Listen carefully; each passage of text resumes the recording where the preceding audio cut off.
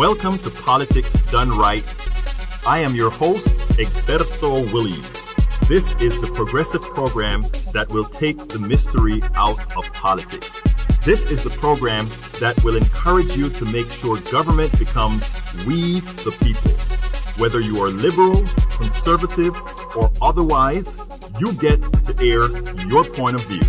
Remember, you can also send me a tweet to EGBERTOWILLIES. That is, at Egberto Willies. Let us engage. It is politics done right. 1, 2, 3, 4. Welcome to one more edition of Politics Done Right. I'm Egberto Willies, your host. Thank you so kindly for being with us today. We are going to have a great show for you today. We have, of course, our bi-weekly guest, Tamara with us. You know all about her. We are going to have a great program. But before I get started, do you see what's happening in the news, folks? You cannot buy what is happening. You have to remember where this is all coming from. So what I'm going to do is I'm going to just go ahead and get into the program, and then we can discuss that with Tamara going forward. So today's program is titled, Is It Time for Progressives to Discharge Obama? And I don't mean that badly, folks. I know how some of you are going to take that. What is he saying? Blasphemy. No, that's not what we're talking about. Is it time to discharge Obama? And that's the second part of the show today. The first part, we're going to talk current politics with Tamara, former candidate for Democratic State Senate in Georgia. So what's the subtitle? President Obama met with the freshman class in Congress recently. While supportive, he effectively implied applying the brakes on progressives with the "how are you going to pay it for" card. All of those of you who remembered my programs last week on modern monetary theory, remember that is a wrong question to ask. That is an economy, or rather that is people serving an economy and not an economy serving people. Does Obama need to be discharged? Does he have to improve himself on modern monetary theory if we ever going to solve the problem of income inequality and of people living in abject poverty, of 80% of people living paycheck to paycheck? Actually, that part I'm going to want to talk to Tamara as well. Tamara Shile is here with us. This misinformation to temper support for progressive policies like single-payer Medicare for All is in full vogue. As I have reported before, quote, the threats are not only from within, but from without. America's healthcare future, a medical industrial complex's ad hoc alliance of private healthcare interests, is going to intentionally attempt to destroy any semblance of Medicare for All. And you know what? They're currently being successful, because Americans are starting to get scared. Look at the polls. 8 points in a few weeks, come on. But that is not the only issue. Too many Democrats are acquiescing to fear. They are minimizing the possible. The problem is that they are forcing Americans to support less than they have earned, less than they deserve. This was clear when Obama visited the freshman class, Congresspeople. So my question is this, and I mean it with no disrespect. But is it time to discharge Obama? Is it time for a new kind of politics and economics? Answering yes to those takes away nothing from his accomplishments and past aspirations. We will discuss this in the second segment. And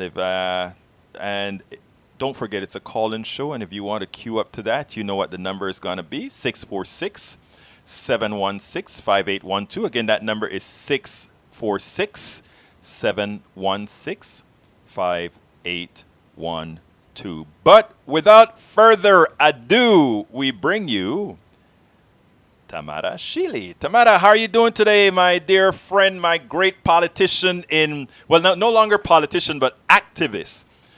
To be a politician probably in the future again, I hope. How are you doing today? I'm wonderful, Egberto. How are you? we're trying to survive, and you know what I'm trying to do, Tamara? I'm trying to keep people positive. I'm trying to tell people we have to stick with the program. I'm trying for them not to just throw their hands up in the air and say, you know what? Can we really win? Can we really win? And my answer to that is yes. If somebody like you can keep on keeping on, we can all really win. So talk to me. Yeah, keep on keeping on. It's a hard road to toe. I can't even tell you that it's easy. I can't. I just have to continue to be prayerful and just keep walking and going in this direction. Berto, you know this is hard work. I'm looking at your eyes. I know you are trying to make the best of today, but your eyes are red and I know you're tired, but I'm glad that you're keeping on, keeping on. You know what? People don't care if you're tired. They just want to know that you're doing the job. And you know, I made a promise. I promised that irrespective of what happens, something has to keep it back for me not to come to our people daily, for me not to bring positive affirmations daily, for us not to say we are going to get it done, Tamara. When I met you as well, that's the kind of attitude. You know, I don't know if you remember in Arizona, when I met you, that's the kind of attitude you had. And that is what I love. I remember when you went ahead and you got that room at Netroots Nation. No other candidate did that. And you got that room. I'm like, I'm impressed with this woman. This woman means business. So tell me about business or what's going on out there. Well, Georgia's quite interesting. I heard you talk about the Medicare for All. You know, Georgia just initiated 106. Yeah, go Georgia ahead. just initiated a Senate Bill 106, and it talks about Patients First Act. And it has waivers, and it says waivers will permit Georgia to apply for and receive the flexibility and resources from the federal government. So, you know, Georgia's kind of trying to create their own unique plan to quote unquote affordable health care. And, you know, it sounds like a takeover to me. I'm not bought and sold on what we're doing over here in Georgia. Well, I'm going to tell you something, Tamara. You said Georgia is doing something. Georgia almost, and I tell you something. Stacey Abrams almost won as governor. And these people in Georgia know also that they are in dire straits when it comes to health care. Your governor, at least, and I know you don't like your governor. I don't like him particularly either. But at least you guys are instituting something to help people a wee bit, maybe not as they should. In Texas, we are suing not only not to give them anything in Texas, Donald Trump just jumped on our suit to be a partner so that we don't only not have the Medicaid expansion to the Affordable Care Act, but we want to take the whole damn thing away, not only from Texans, but from Georgians, from Californians, from Nebraskans, from New Yorkers. We want to kill the program altogether. And I think that's one layer. It's like either they kill it and they're gonna take it and recreate it. Like I've seen, like I think you and I have talked about these little health clinics that are popping up everywhere. Yes. There's something else going on. They're not gonna take it away. They're redistributing these resources, and it's gonna be, I feel like, some sort of takeover of the whole Medicaid system. Just like they own the seeds, you know, they own our food supply. They're gonna own our bodies in a little while. I love that. You know, actually, I love what you just said. Folks, listen to what she just said. That's important. That is important because, you know, we notice on every street corner, on every strip center, you get an emergency care, a clinic or something. They're trying to change it into a capitalist, multi-market kind of a, you go to a little store to get this done, you get another store done. You know, it's interesting that you said that because I went to an Indivisible meeting the other day, and what the woman was saying is, hey, you know, I can now get an MRI for $290, and as long as you pay cash. And you know, my MRI cost $1,500, right? And she was like, oh yeah, it's like a store now. You know, you go to the storefront, they have cheap overhead, they throw you in there, and it's quick. I think you're right. I think maybe that is exactly what they're doing. Take all the regulations and make it be a free-for-all. I think you're right, Tamara. They're recreating a brand new market, and I see this happening with my industry. For those of you that don't know, I'm from the beauty and barber industry, and they're literally destroying and deregulating the beauty and barber industry where we don't have to be licensed to provide these services. And they're literally creating, like you just said, Egberto, a free-for-all where it's open to anybody who wants to be able to provide these services, which is unsafe to the consumer, which to me, Right. I don't want to have to, you go to this doctor for that and you're figuring it out. It's kind of like you're self-diagnosing, and it's like, you're trying to figure out what's wrong with you. So you go to this doctor and that doctor. And I like having a primary care physician, somebody that looks over me holistically versus somebody that's looking at me in parts. Right. I'm a product. Well, I mean, it seems now that we've been talking about it, I think that is exactly where. Oops, sorry about that. That's me, folks. That's what called trying to do three things at the same time. But yeah, I think that is exactly where we're going. I think that's exactly where we're going, and that is why it's so important. The second segment of this show today, when we are going to talk about is about Obama, and I hope you. I know you're pretty busy, but I hope you get a chance to listen into a piece of that show, because we're really going to hit a few things pretty hard on that. Because right now, that is exactly what happens, and what I put to blame on this, Tamara, is that we weren't definitive enough when we came out with the Affordable Care Act. It wasn't done in a manner that was almost irreversible. And what happens is, as soon as we got a Republican in there, he started to deconstruct everything that was Obamacare, piece by piece by piece by piece. And the thing that I want to discuss in the second part is, and to go ahead and tell the progressives that are out there now, oh, guys, well, is it going to be paid for? Whatever these things that you want? We're going to have some serious talking about that. We're going to have some serious talking about that. But before we get on further, you sent me an article. Go ahead. Yeah. So we called, it's something that I'm working on for our industry to combat these attacks and these deregulation initiatives and this reconstruction like they're doing.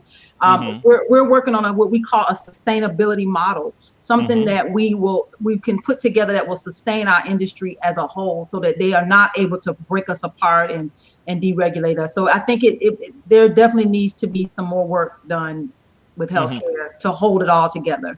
Right, and the thing about it is that it will not. The only thing we can do for the next 2 years is stall, and the only thing that we can do after that is to make sure that we get real progressives elected, because a lot of the deficiencies that we see currently in the Affordable Care Act is a direct result of us not having progressive policies. One of the things that I want to talk about, and I'll just get a little peep here, is that we give a lot of blame to Republicans for how Obamacare, some of the deficiencies in Obamacare, and I'm sorry, it's not them who really need to be blamed. They wanted to give us nothing, but those who gave us something ensured that they gave the something first to the corporations. And in so doing, I mean, yes, it's better than not having anything at all, but it's still bad if 80% of Americans are still living paycheck to paycheck. It's still bad if a lot of people with Obamacare still cannot go ahead and go to the doctor, because, yes, those deductibles are very high. There's definitely a lot of work that needs to be done. And you're right, we have to get the right people elected. But when they're playing politics like they are here in the state of Georgia, where we have voting machines that we can't trust, and we had a governor, a sitting secretary of state who was running for governor, who remained in office until the votes were in, basically. So when we're fighting battles on so many fronts, Egberto. It's so much work to do. So I appreciate you sticking and staying in the fight with me. Yeah, no, we have to. I mean, we have to do this. And you know what? Beforehand, tell me a little bit. I know you have 2 shows going now, so tell us a little bit about your 2 shows that are going. Because what we want to do is, what I've been telling people is that we have to get a lot of more activists online, and not only online, but out there pushing the real narrative, telling the truth. Because there has to be a whole lot of us out there, because there are major guys that have the pipes to program other people. So we have to be out there in mass. So tell us a little bit about your 2 shows. Well, I have Tamara for Georgia, which is every Friday at 11 a.m. to 12 p.m. Eastern time, where we talk all things Georgia politics, local to Atlanta, local to the state of Georgia, racism and race relations. We talk very candidly about everything. And that's every every Friday at 11 a.m. right here on Facebook and on YouTube. And let me interrupt because you have a diverse panel that you have every week that comes on. So Mhm. this is a show that everybody gets a chance to participate in, and also you can talk. And you actually answer your things faster than I do because it's three or four of you. I don't Yeah, answer as fast. yeah. So we have Robbie L. Caban. She's a Latina woman who is on fire. I love having her as my co-host. We have Mr. David Slavin, who's always slaying that racism, and he's coming for you. If you're racist, he's gonna bring it to you. And we always have a lot of special guests, Egberto, and we appreciate you coming on and giving us a national political update. I wanted to share with you guys, in addition to me doing Tuesdays, I do have a broadcast where I do exclusive interviews on Tuesdays at 8 p.m. Eastern Standard Time to 8:30. But I went to the Citizen Scientist event 2 weeks ago, Egberto, and I never did give you like an update on that. Right? How did that go? This is where activism meets science, meets law, meets, everything just kind of collides. And it was academia. There were a lot of prestigious universities. Their scientists were there. It was the full science community.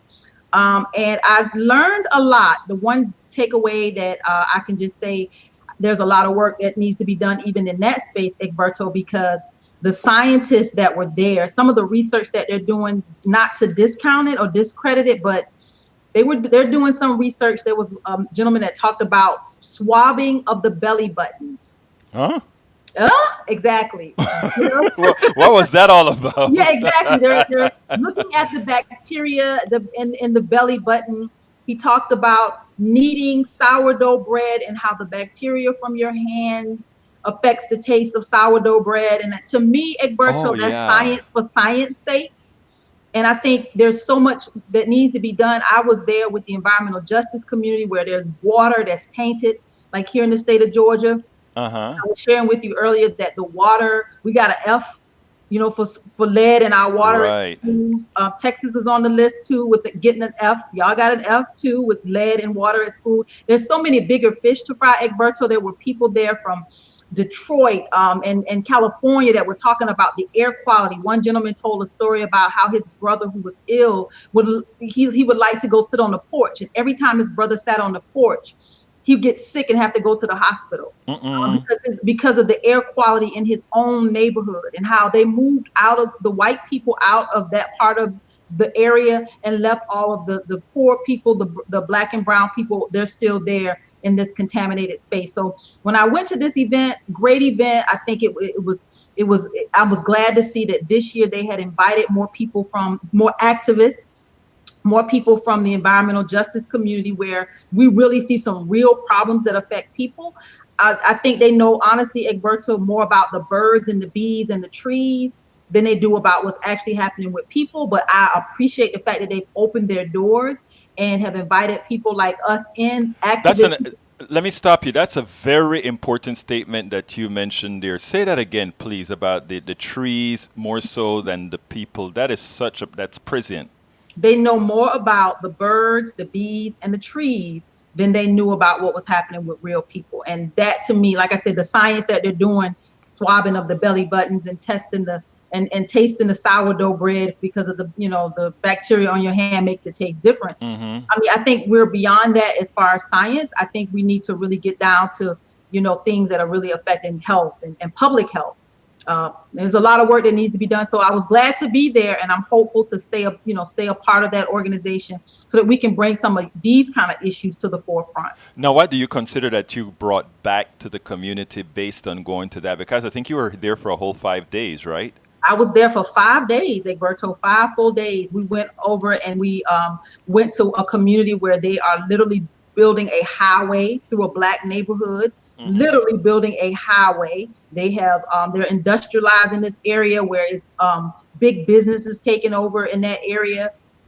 Just sad. And then the other 4 days was actually the conference. And like I said, I learned a lot. And for me, I was there to share my industry, the beauty and barber industry, and the issues that we have with our products and our services, and how we're a detriment, and how we need more science in our industry to validate why we should not be deregulated. So there's a lot of work that needs to be done, Egberto, and I think the science community must step up. The scientists and the science community must step up and really validate what's happening with people. You know, it's interesting because I don't know if you were following the fires that we had here in Deer Park, Texas, which is right here in the Houston metropolitan area. I mean, the amount of crap that got released from benzene to several other chemicals in the air, and that is just what we knew about because of the fire. But there are several other companies. Now I see Indivisible and several other organizations picking up the mantra on that.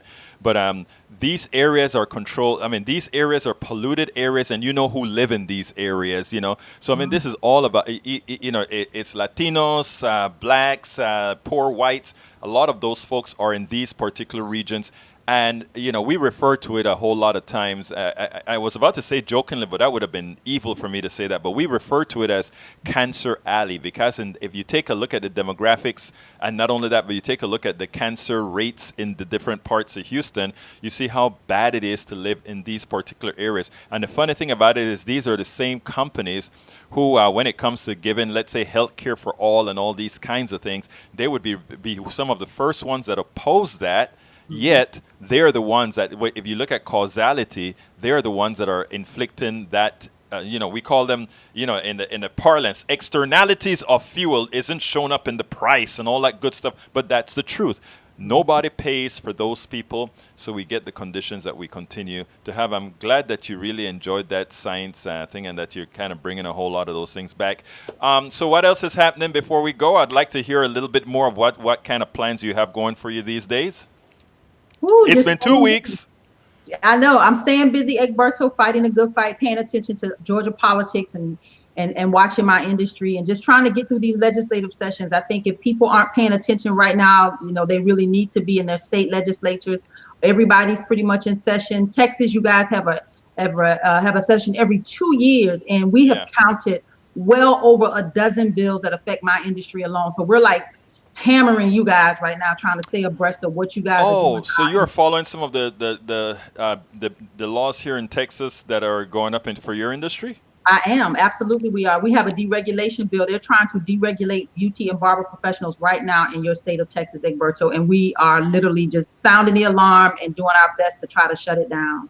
Because nobody, I mean, I haven't heard it too. So, I mean, there are so many bills that go across the aisles. Nobody really knows because that's just a whole bunch of people and their lobbyists working together. So I imagine you guys have some lobbyists out here working on that as well.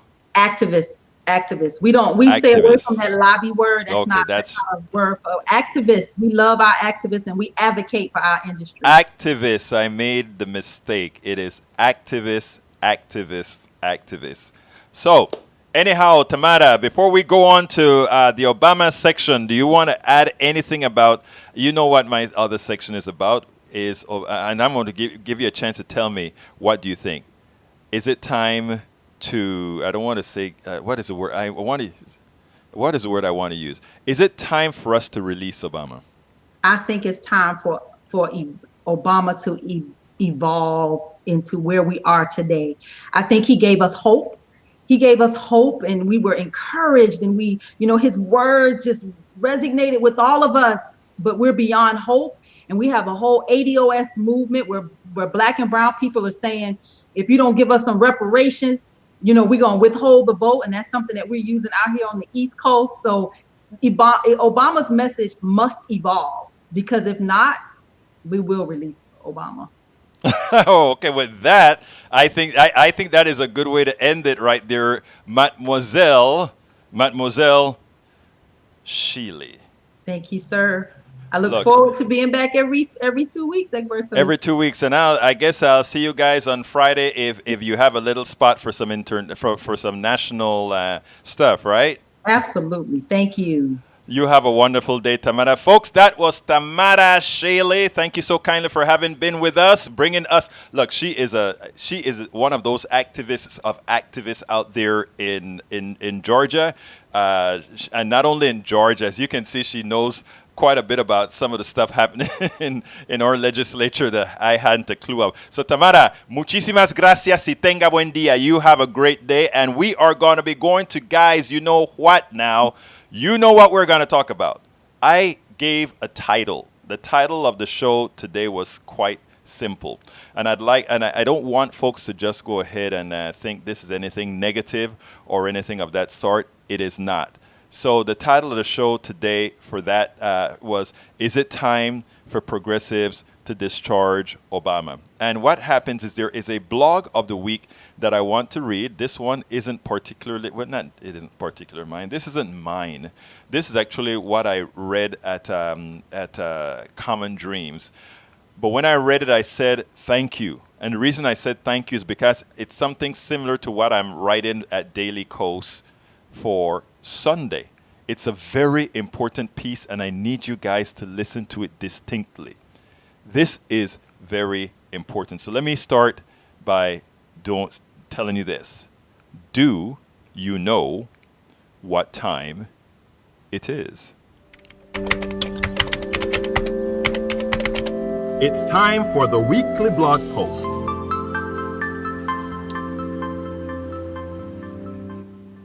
Okay, so into my feed drops an article. Article title, this is from Common Dreams. It's an article written by Julia Conley, who is on the staff of Common Dreams. And this is what it says. The title of the piece was, Obama pilloried for playing the how you gonna pay for it card on progressive agenda. And their subtitle was, or is, no president since FDR has been handed as many opportunities to transform the U.S. into something that doesn't threaten the stability of life on this planet. He has refused everyone. He has refused everyone. And I honestly don't think this is a real hit on Obama, other than to say this is just a cautious guy. So here it goes. Former President Obama on Monday night cautioned freshman members of the U.S. House against pushing for broadly popular sweeping reforms by suggesting that voters will reject progressive policies due to their supposed high costs, despite evidence to the contrary. Okay? At the meeting organized by House Speaker Nancy Pelosi, Obama told several first-term members both that they should continue to pursue bold policy agendas, but also injected the familiar right-wing and centrist canard concerning the cost of such programs. He said, we as Democrats shouldn't be afraid of big, bold ideas. Well, hell, it sounded like Brother Obama was going big and bold. Then he says, but also need to think in the nitty-gritty about how those big, bold ideas will work and how you pay for them, one attendee told the Washington Post. Wait a minute. You're asking folks to go for a big, bold idea. Now you're going to temper them. But how much does it cost? Hey, are you talking to Schumer? Or are you talking to the president? Come on. But we'll talk about that a little later. Now, the two ideas, this is the article, the two ideas struck many critics as contradictory. And you know why it struck them as contradictory? Because it is. Some slammed the former president for appearing to try to tamp down the ambition, passion, and sense of urgency many freshmen including the Representative Alexandria Ocasio-Cortez, Democrat of New York, and Rashida Tlaib, Democrat of Michigan, have brought to their work hoping to combat a climate crisis fueled by corporate greed and politicians' complicity. A for-profit health insurance system which has left tens of millions of Americans without health care and rising economic inequality. Now, Stephanie Kelton is an economist. I sent her an email a few days ago because she's one of the big proponents of modern monetary theory, which solves all these problems that Obama and all these guys are trying to allude to. And you know what? They've already used it when it's for the, but we'll talk about that when it's come for the corporate folk, you know. But she wrote a tweet that said the following. Now, Stephanie Kelton, look her up, Stephanie Kelton and modern monetary theory. She said, Now, I'm not saying we shouldn't do what every other rich country in the world already does. She's mimicking Obama. And I'm not saying we shouldn't put up some kind of fight against climate change. I'm just saying, man, think about the price tag. How will we pay for it? That is a tweet she sent. In other words, it's like, come on. Come on. You're asking, you're telling folks, oh, be bold. But by the same token, you're telling them, oh, no, you can't, no, you can't, no, you can't. That is what she's tweeting. That's what that tweet meant. No, you can't. He's telling them, no, you can't. And I'm going to talk about how taking that position gave us the Affordable Care Act in a form that was easily deconstructed by Donald Trump and the Republicans and some Democrats. Something that is also expensive. This now was from Mall Cap, Roland Blars. He sent the tweet. Something that is also expensive is that we are quite literally incinerating every possible chance at sustaining life on this planet long term, and we also pay more public money for healthcare than any other industrialized nation with terrible results. So what this guy is saying is, you're here saying, oh, remember Medicare for All is going to be very, very expensive. How expensive can it be if you decided to mimic another country whose medical bills are half the cost of that in America? So you're telling you're believing or passing on the canard that the right wing is putting on, saying, oh, those policies that you guys are looking for are very expensive. They are not very expensive. Let me tell you what they are, folks. And this is what, folks, you have to understand. This is very important. They are not expensive. They are dislocating. And what do I mean by they're not expensive but dislocating? What it means is that the people who are starring in industry today, those are not going to be the ones that are the stars any longer. And that is the issue, right? The oil companies have invested all that hardware in oil.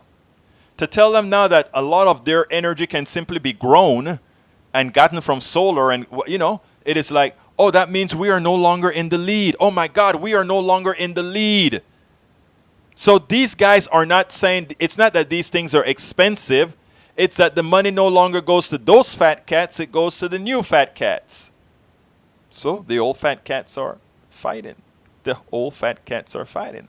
Obama's remarks also put him at odds with a number of 2020 Democratic presidential candidates, at least 10 of whom support a Green New Deal and a majority of whom have backed a Medicare for All plan, including several who have co-sponsored Senator Bernie Sanders' Independent of Vermont bill in the Senate. According to the Post, the former president mainly expressed concern with how voters will react to progressive policies that require financial investment. Okay. It's all about how you sell stuff, right? It's how you sell stuff. And I did a complete video on this. I was going to play it today, but I'll probably wait for, I may play it after this on how you explain Medicare for All. Are taxes going to go up? Yes. For everybody? No. Are you going to have more money in your pocket? Yes. And that's all people need to know. If after all the sausage is made, they end up with more money in their pocket, that is what you have to sell. That is what you have to sell. And people buy that stuff every day. The only reason people would buy an life insurance policy and continuously give money is that they know that there's a payout at the end for their loved ones or whomever. So people when explained to them that they're not losing, even if they don't see things up front, people understand. But in the case of healthcare, they will see it up front, because when they take their daughters to the doctor and just have to show a card and doesn't have to come up with a prepay and doesn't have to come up with a deductible and all of that, oh, they'll understand. But you have to sell it. The problem is when we'll talk about that later. However, the majority of the public supports the proposals, and most Americans surveyed by YouGov in January said that the wealthiest people in the country and corporations should be taxed at a higher rate in order to fund a Green New Deal. 59% of those surveyed by The Hill also said that the top marginal tax rate should be raised to 70% in order to combat inequality and fund progressive policies. On social media, some critics added that Obama's comments crystallized the results of his 2 terms in the White House, during which he pushed for healthcare reforms that insulated the private insurance industry, bailed out the U.S. financial system without holding big banks accountable for causing the 2008 financial meltdown, and leaving working Americans still struggling through a foreclosure crisis, and failed to propose ambitious targets for reducing fossil fuel emissions. No president, and this is a key, no president since FDR has been handed as many opportunities to transform the U.S. into something that doesn't threaten the stability of life on this planet, wrote author Naomi Klein on Twitter, quoting a 2009 article she wrote for The Nation. He refused everyone. Her tweet said, 10 years ago, I wrote about how Obama blew his Green New Deal moment. No president since FDR has been handed as many opportunities. Then Matt Stoller said, Obama takes a shot at AOC and the Green New Deal. He's Obama, so he's super passive aggressive about it. Zach Carter, also costly, blowing the response to the 2008 financial crisis. I'll tell you what I thought about the 2008 financial crisis that we should have done, and we didn't. But Andrew Perez said, if Obama's healthcare law wasn't a massive concession to the pharmaceutical and health insurance industries, we wouldn't be having this conversation, and we'd also have better, cheaper healthcare. Pay me now or pay me later. Telephone number 646-716-5812. Again, that number is 646-716-5812. Folks, please give me a call. Let's get busy with this. Now, let me tell you something, folks. You know what that phrase, pay me now or pay me later. I'm going to tell you something that I wrote on, a friend of mine, Marianne Castiglia, printed on her page a video. And I really fell in love with not the video proper, but a phrase in the video. So I went immediately and shared it to my page and wrote the following, because I think it's important. And this first has to do with us personally. First, us. Because if we're going to fix the healthcare problem, if we're going to fix the climate problem, if we're going to fix the income inequality problem, if we're going to fix the not being able to pay for your kids' education problem, if we're going to fix you want to go to work and you can't find daycare that you can afford for your kids, we have to first believe that within ourselves we have the ability to force our politician, to force people to do that. But before we can do that, we have to believe in ourselves, and we have to encircle ourselves with those who also will give us the impetus to do that. So I wrote this about the video because it was a feel-good video. And I said, this video has a lot of fluff and cliches in it. It was telling you, be careful with your friends and enjoy and follow the good people and only, that kind of stuff. But in a positive message, in positive message given, isn't that the case? Isn't it always cliches? Many need reinforcement. Many people do, to remember that, yes, I can do. Many people need some positive affirmations. But the person in the video used the phrase that I will steal because it is so true and effective. If the people around you don't want to see you win, if the people around you don't want to see the best of you, if they don't inspire you or motivate you, or hate to tell you, or rather, I hate to tell you this, but this is true. You ain't got a circle of friends or of people you hang around. You got a cage.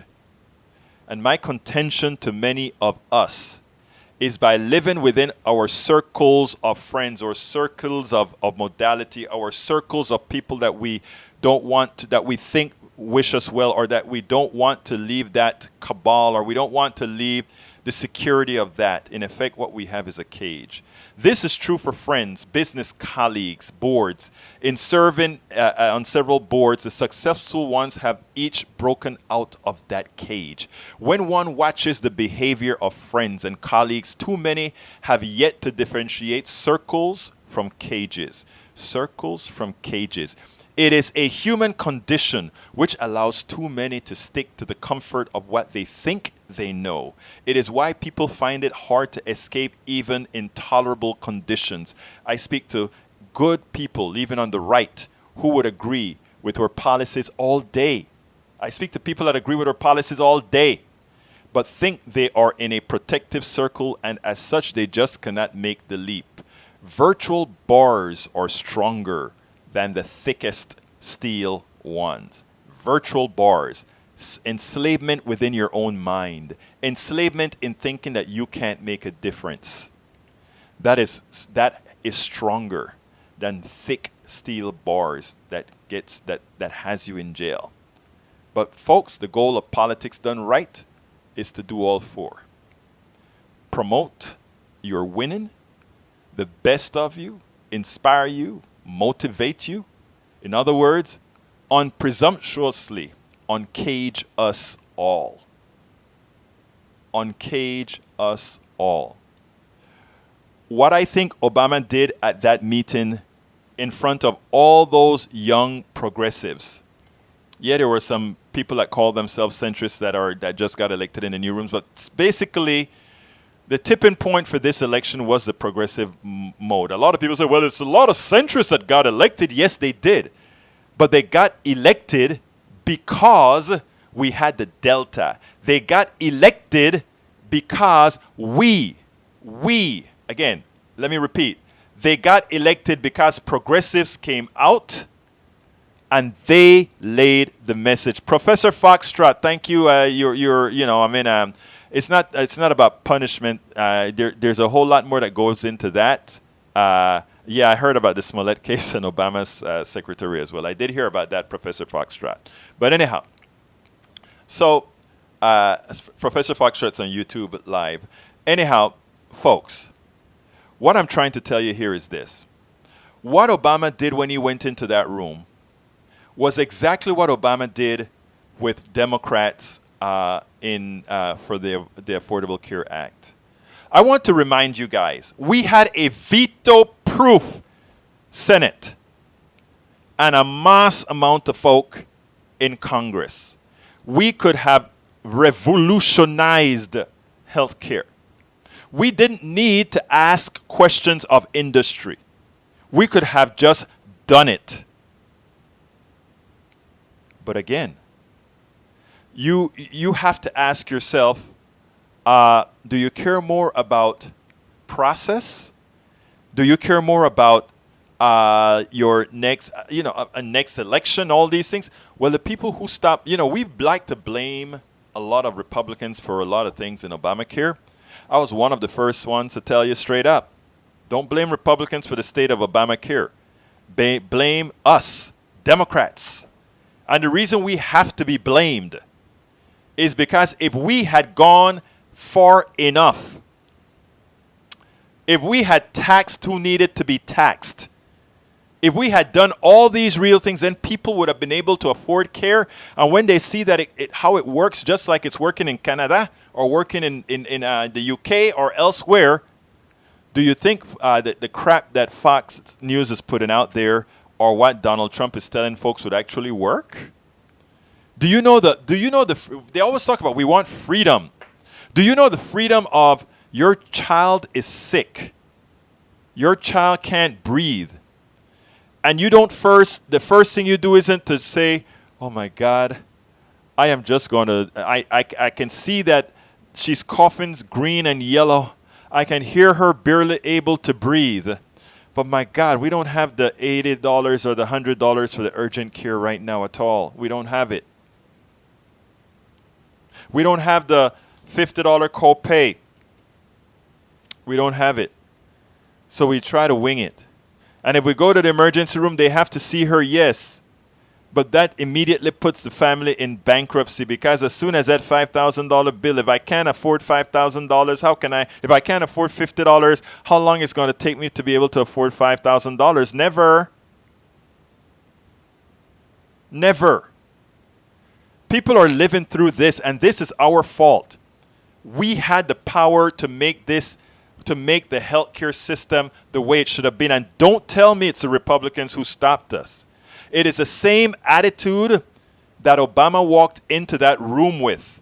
It's the same attitude that he walked into the room and say, yes, be bold, be very bold, talk bold. But remember now, you have to be able to talk about how you're going to pay for it and all of that. And here's the deal. Whenever Donald Trump, Republicans want to give a tax cut, they don't first say, how much is this going to cost? They give a tax cut and then write the budget based on how much revenue they have and how much deficits they're willing to tolerate. That's what they do. They give their people, the wealthy, their tax cut. They give it to them. And then they figure out what to do next. So they make them happy. When are we going to make the masses happy? When are we going to say, okay, we are going to do the same thing for the regular person? Let's go ahead and say we give you Medicare for all. We give you single-payer Medicare for all. And then when we write the budget, we go ahead and say, okay, so now the marginal tax rate on the next $15 million has to be 70%. I want it to be 90%. Tell you the truth, I want it to be more than that, because that is unearned money. That is money on your back. I've explained that before for all those people who say, oh my God, he wanted to take away those people's money. They worked so hard for it. No, they didn't. No, they didn't. It's an economic aberration of the capitalist system that allow folks to make that kind of money that is completely undeserved. And I can explain that in perfect detail. And I would go on any panel with the best economists in the world. It is such a, and it's not that I'm trying to be presumptuous here. It is just that it's so simple. It is so simple, you didn't need to get a PhD to figure that out. Just a common man like me can figure that out. So I would go on any panel, and I can assure you, any of us who understand this, which is not hard to understand, can go on a panel with any one of those for sale economists trying to maintain an economic system that is a fraud. Okay? Now, like I was mentioning before, never do we ask when we're going to give a tax cut, hey, how much is that going to cost, or how much are we going to pay for it? The next thing that we never ask is whenever we want to invade a country, whenever we want to be involved in another country, whenever we want war, we never say, how much is that going to cost? We just do it. And you know why we do it? Cheney told us why. The biggest lie is that we have to have a balanced budget. The biggest lie is that somehow, all these things have to be done correctly. That is a lie. Money is not backed by anything, so you can create as much money or as little money as you want. And you can control its value. You can do all of that. The problem is we've created an economic system for a few, controlled by a few, and they work it so that they never lose, and you do.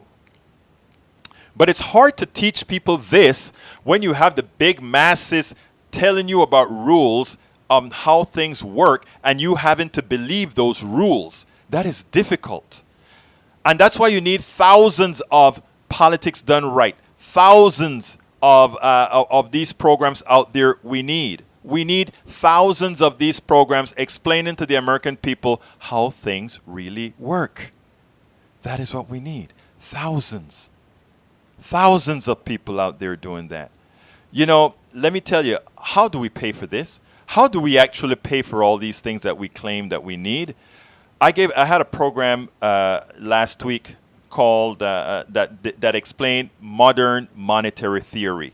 We have the money to do the Green New Deal. We have the money to do Medicare for All. We have the money for everything.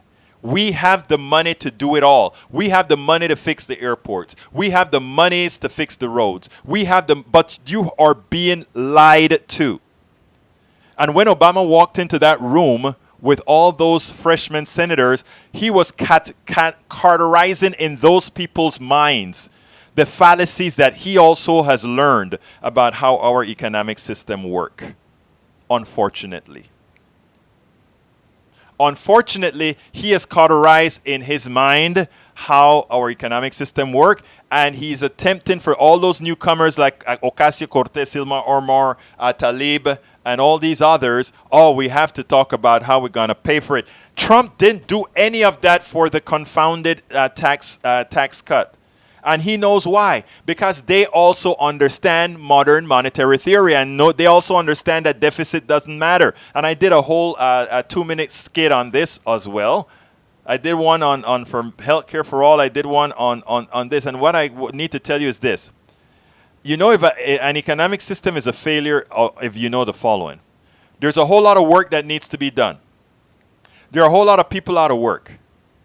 And you are saying you don't have the money to pay the people to do the work that needs to be done. But here's the funny part. In a system that has fiat money, what does fiat money mean? In a system where money's value is just creating it. You just make the money. The money is backed by the U.S. government. It's not backed by anything. And it hasn't been since Roosevelt. It's not backed by anything other than the faith that you have in the money. So therefore, the only thing, people say, oh, well, then you get runaway inflation because the money would have no value and all that. That's not true. You want to know, you want us to tell you why it's not true?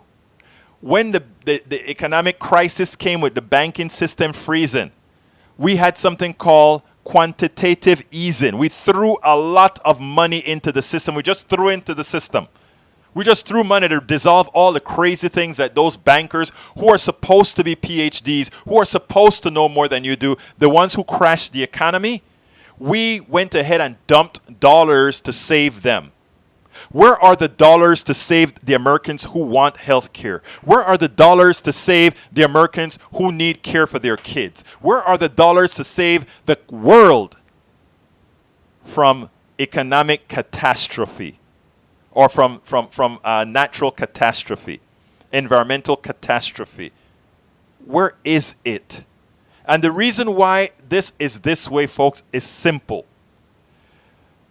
If we are to change our economy from a carbon-based economy, it means all the wealthy folks who own all the assets in all those polluting companies will slowly lose it all. So what they want, believe me, they're going to transition. Don't get me wrong. They will transition. They just want to do it at the time after they've capitalized, after they've amortized all their capitalization. That's all. And that takes a long time. So they're going to hold out and hold out and hold out as the planet goes through the wire. And you remember, they're going to live on high land in big homes with gated communities so that when things go awry, they won't flood and they will be fine. And while the disasters are happening, they're going to make money on both sides of the disaster. They made the money creating the disaster, and they're going to make the money cleaning up the disaster. That is how capitalism works. That is, if you doubt it, just think about the I forgot the name of the family who owns the big pharma company, Purdue. We create this drug that hurts people, that kills people. And what are we going to do next?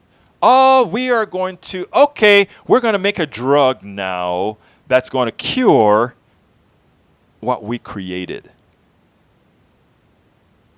Brothers and sisters, is it time for us to give Brother Obama a rest and his cautiousness about how progressives should approach policy?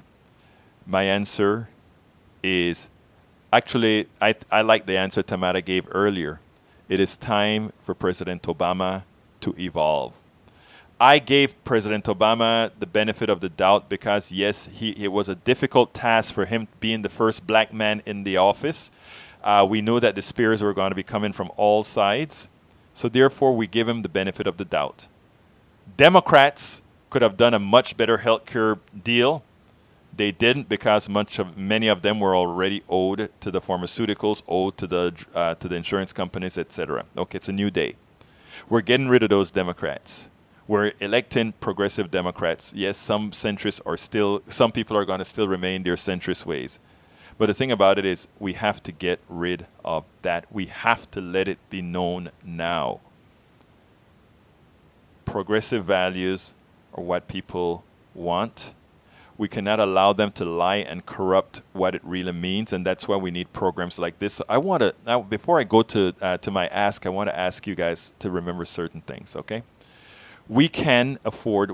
The reason why the Medicare for All polls are starting to fall is, as I mentioned in the blog, there are concerted efforts out there to scare people into believing that if they lose their private insurance, somehow it's the end of the world, even though the new insurance is going to be much better than their private insurance, bar none.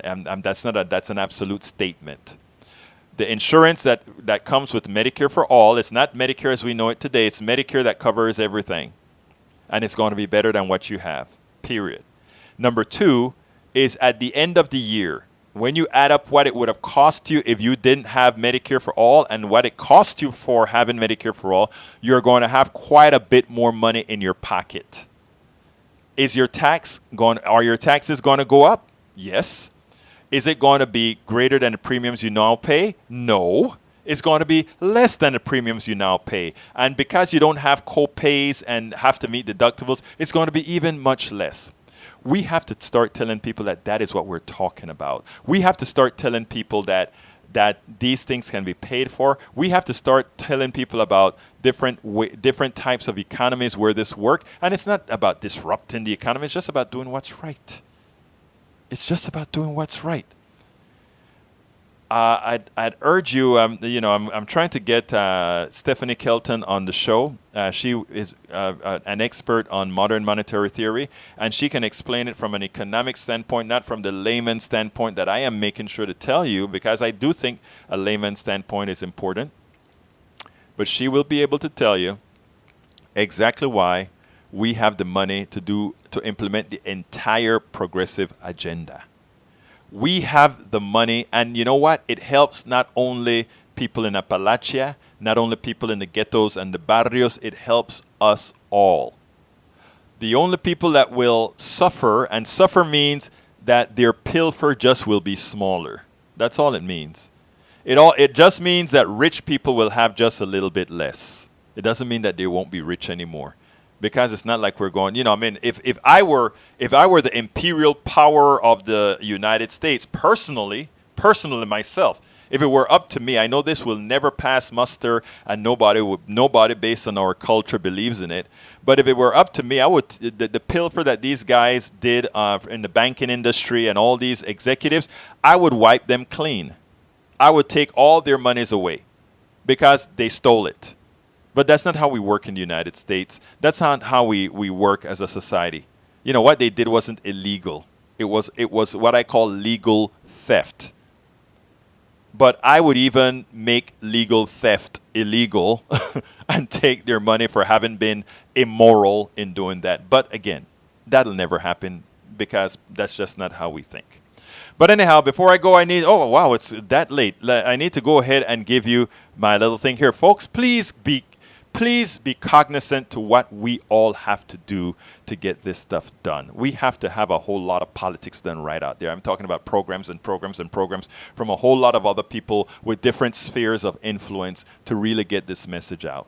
We really need a lot of people doing this, and we also need your support. There's billions of dollars are being invested in lying to you, both on cable and elsewhere.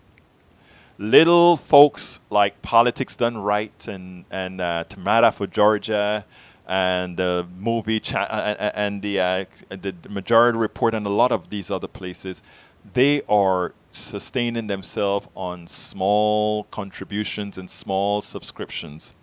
We don't require much. We don't have to wine and dine anybody because we're just telling the truth. That's it. So I ask you to please become a member of Politics Done Right by going to patreon.com/politicsdoneright. That is patreon.com/politicsdoneright. Again, that is patreon.com/politicsdoneright and become a member. If you want to give a contribution, just go to politicsdoneright.com and there's a button there. Just go to politicsdoneright.com. We need your support. I hope you enjoyed the program because it's an important program, and we'll continue to have these, and we'll continue to talk about these issues because, again, we get thousands of people from all over, and we get repeat people and people that are new. So a lot of times we repeat certain things, but this is something that we have to do. We have to get this done. We have to make a difference because people are dying, people are losing it. It's just the way it is. So please contribute at Patreon, or rather subscribe at patreon.com/politicsdoneright. That is patreon.com/politicsdoneright. Or you can also contribute at politicsdoneright.com. We are in this for the long haul. It's as Tamara was saying, she's like, I don't know how you do this every day because, as you can see, barely got any sleep last night because there's a whole lot of stuff to write up. But it is something, it's a passion, it's a required passion that we make a difference. It's a required passion that we make the change. If you have any kids, you'd understand why. If you don't have any kids, you can empathize. Because there's a whole lot happening there. Of course, folks, we also, everybody who subscribes get to read all our books online. And of course, completed is, where is my book? Here we go. You can actually see, As I See It, Class Warfare, The Only Resort to Right-Wing Doom. That book is fully online as well. And then, of course, my weight ordeal. I lost a whole lot of weight recently, and I wrote up about how I did it in a new book called Lose Weight and Be Fit Now. Say no to snake oil weight loss, and I did it my way. I'm talking to you about how you can do it your way. Folks, my name is Egberto Willies, and I'm going to have to get out of here. I thank you so kindly for listening to the show. I also ask you to share the show with other people because we get throttled a lot as progressive media. Share it with people. Again, encourage others to contribute to the show. Encourage others to subscribe to the show. That is patreon.com/politics done right. My name is Egberto Willies, and you know how I end this baby. It goes this way. I am, and what? Out!